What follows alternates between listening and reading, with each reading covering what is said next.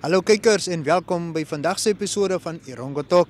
Dit is heerlik om met julle te kan kuier en dankie vir julle almal wat gereeld hier by ons inskakel. Vandag saai ons uit vanaf die lagoon in Walvis Bay. Ons bring vir julle die nuus, die weer en vertel vir julle wat die vis heel moontlik gaan byt. Hubert Mukosho, die uitvoerende direkteur van Namibia Youth Against Substance Abuse, praat met ons oor kwessies waarmee die jeug te kampe het hier in Walvis Bay. Soos gebruiklik, gaan kyk ons eers gou na ons kalendersdag. Sit gerus terug en geniet hierdie episode saam met ons.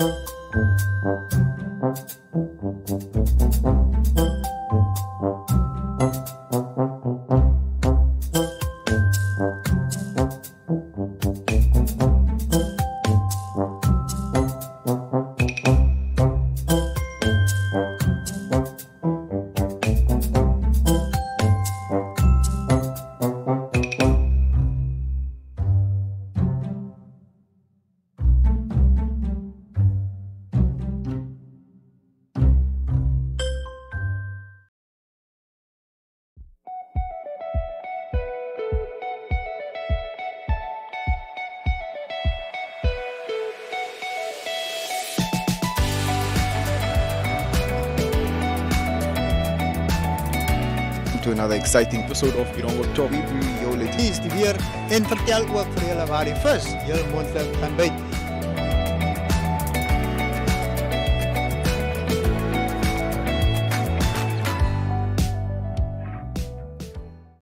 At Stadio, we know why you study.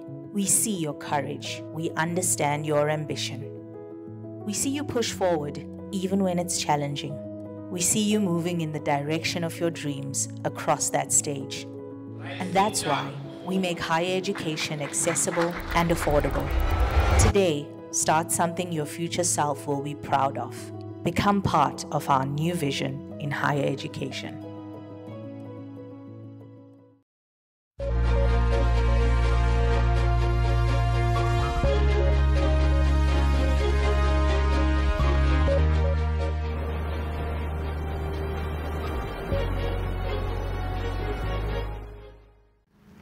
In vandag se nuus, 'n geskatte 500.000 Namibiese dollar is onlangs vir die Duine sekondêre skool ingesamel.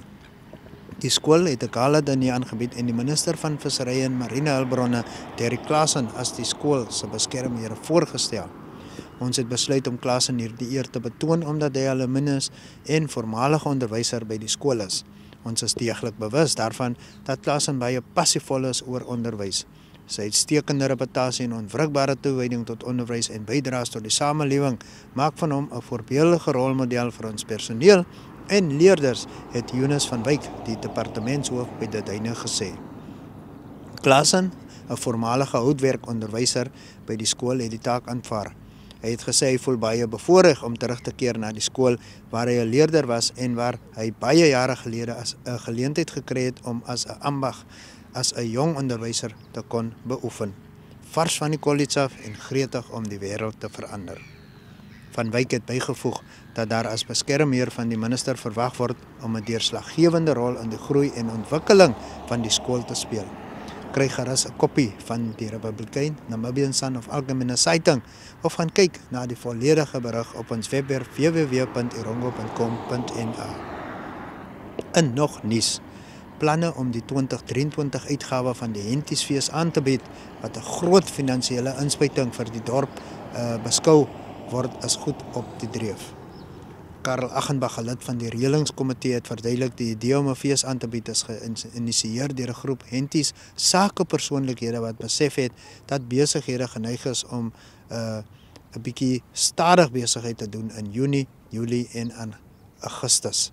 Die groep het toe besluit dat iets gedoen moet word om besoekers te lok en sakeaktiwiteite aan te moedig gedurende hierdie stil tydperk.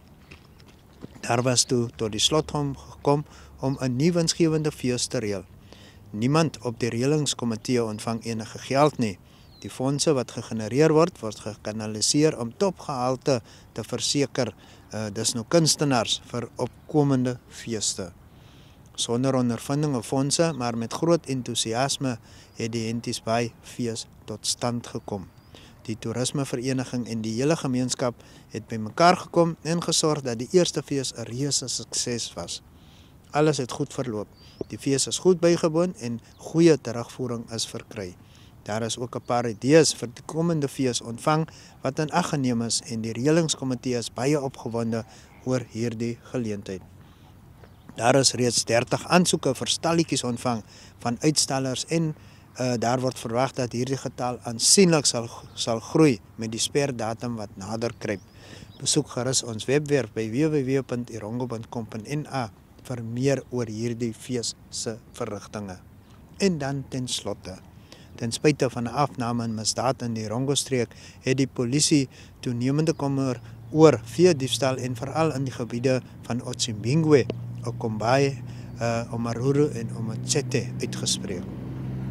Die streekse gemeenskapsbevelvoerder, inspekteur Eleni Shapumba, het gesê hulle is bekommerd oor stropery en veediefstalmisdade, veral die van kleinveediere soos bokke en skape. Leidens Shapumba is daar 'n mark vir hierdie kriminele bedrywighede en die kriminele het strategieë ontwikkel om hierdie misdade te pleeg.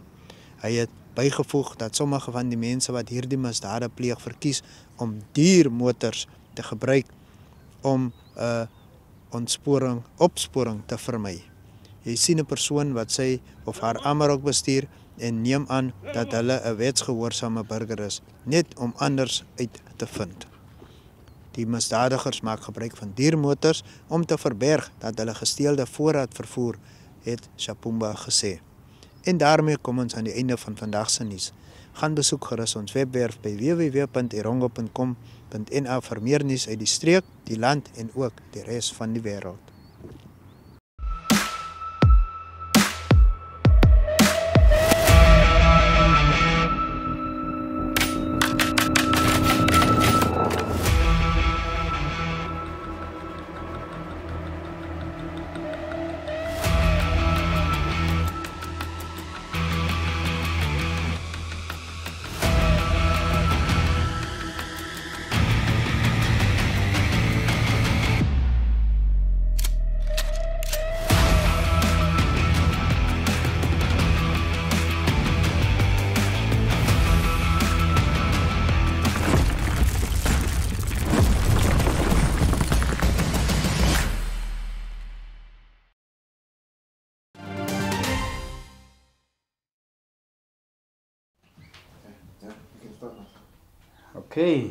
Okay, Namibia Youth Against Substance Abuse is actually an organization that I'm a founder of. It was formed in the year 2021, and its main objective is to try to effect positive mind change within the youth, mostly, of the country. We, in actual fact, provide psychosocial support, to counseling, raise awareness, sensitize communities on matters that affect them, as well as educate them. That's what we do, basically. So we work with social workers, psychologists, and other stakeholders, so to say. And we are operating under the Ministry of Health, obviously. So when I started this organization, I was alone. But then, because of the work that I was doing, it was recognized perhaps by universities, in that they started sending their interns that are studying for psychology, like Faith Kachire. And Faith Kachire is maybe the fourth one now to come. We've been receiving them. Fortunately, we've been receiving them year in, year out from university, which made the work much easier for us here. And social workers also from UNAM and so on. We've been receiving them, and counselors, those that are studying just to be counselors, like the other lady that you just met there, Madame Christophine. So they come and assist in trying to alleviate the scourge that we mostly are concentrating on, which is substance abuse amongst the youth. So how we operate, our modus operandi is that we usually receive referral letters from schools, such as these ones here. Whenever a school maybe catches a boy or a girl in possession of substances or a sharp object, or a boy or a girl is simply ill-disciplined, or is bunking too much classes and force the school to maybe suspend such a boy or girl, they in the past used to send them all to the state social workers. And then since we came here, state social workers saw that we are a big help and they started referring them to us. So now schools are referring them straight to us through life skills teachers and so on. So when they are brought to us, they first call us and tell us, okay, we are having for you 2 students or 3 or 4 or even a group of 10. So we are referring them to your office. Please do what you guys do best by counseling them, coaching them, mentoring them in the process and so on. And that's what we do. They are brought to us, and we divide the work amongst ourselves with my colleagues here that are oftentimes intense, plus the counselors that feel they want to come and add weight to what we do. And we do our best by counseling them and so on. So that's what we do in short. Like recently, the most pressing one that we are currently experiencing is whereby we were invited to a primary school. Imagine primary school. Because I won't mention names because we don't want to stigmatize and for confidentiality's sake. We were invited to such a school because they identified about 10 boys and girls aged between 8 and 12 that apparently outrightly told the school counselor that they are drug addicts and that there's nothing that the school counselor can do about it. Outrightly, in her face. And the school counselor tried by all means to do her work, but in the end she realized that it's a lost cause, and she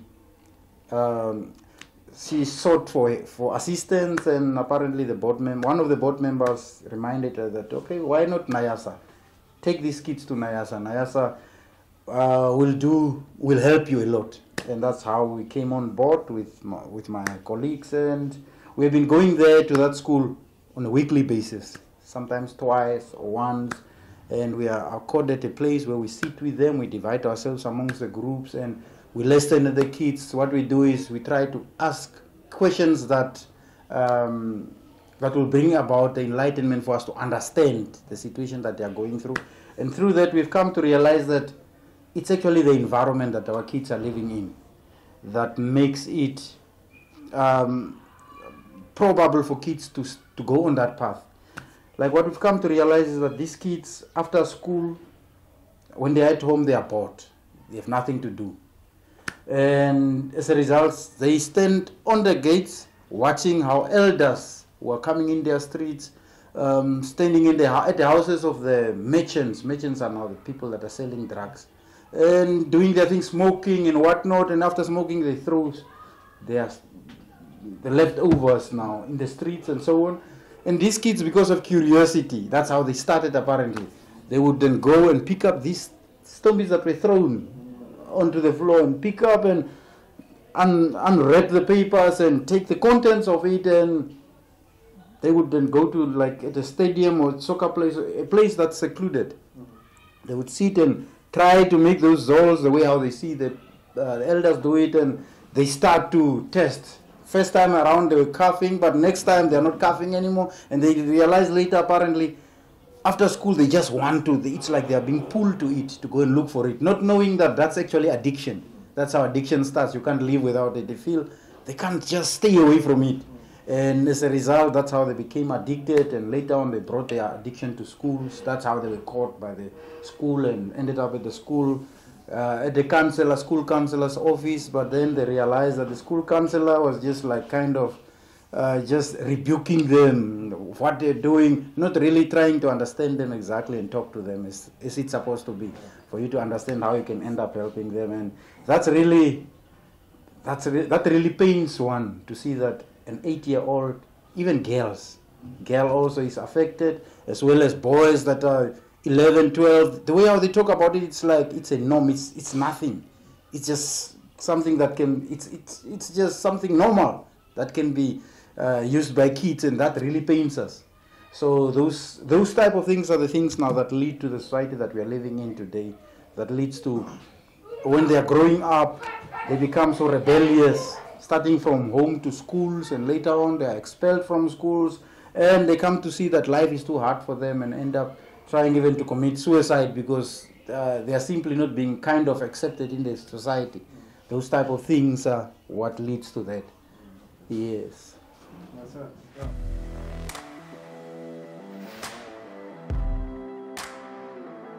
Hello and welcome to today's Sports Rep Show. I am your host, Jesse Jackson Kauraifa.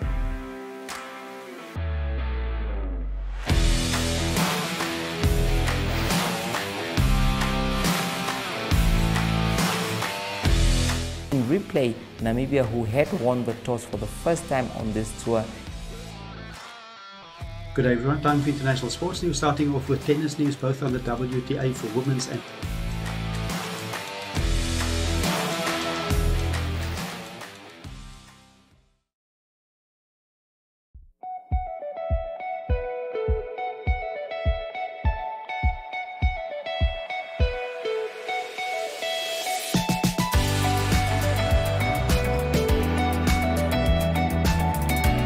to another exciting episode of Erongo Top. Is die weer en vertel ook vir julle waar die vis heel moontlik gaan byt.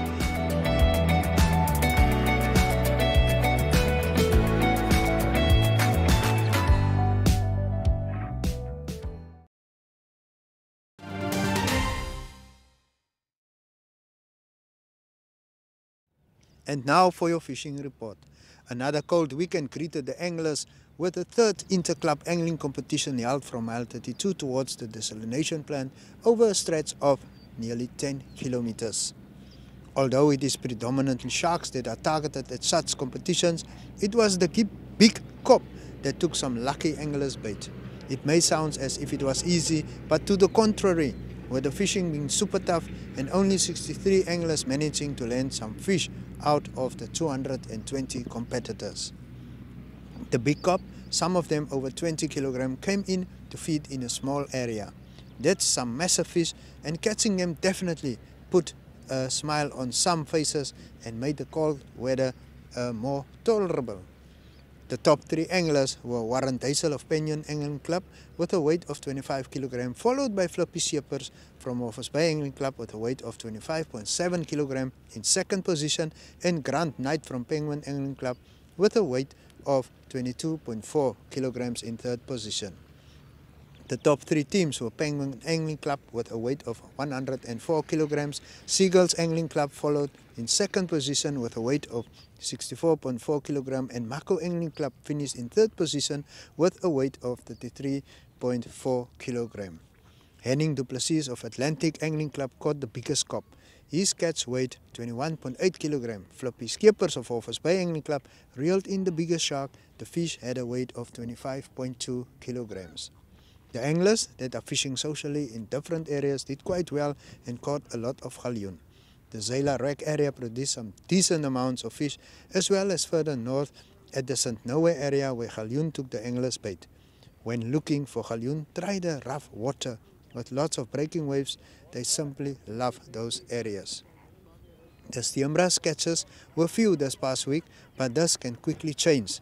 The targeted areas to search for these fish are Zela Wreck and the northern shores like Makatas, Stern and Canopy. The ski boat anglers also landed some pan-sized fish with some good blacktail catches, and the odd cop also taking the bait. They fished the mile 14 area. Predictions indicate that the weather will stay coldish for this week with some average to strong south-southwest winds expected. A relatively calm wave height is predicted, and should this be the case, it could contribute and deliver some great catches, especially galjoen. Visit our website at www.erongo.com.na for the tides and the best fishing times. And with that, we've come to say tight lines. At Stadio, we know why you study. We see your courage. We understand your ambition. We see you push forward, even when it's challenging. We see you moving in the direction of your dreams across that stage. And that's why we make higher education accessible and affordable. Today, start something your future self will be proud of. Become part of our new vision in higher education.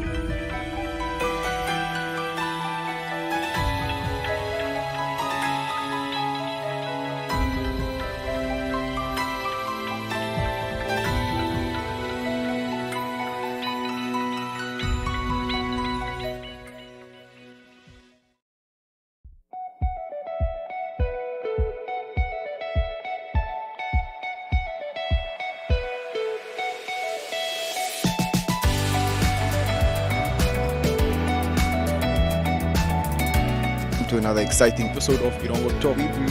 Is die weer en vertel ook vir julle waar die vis heel moontlik gaan byt.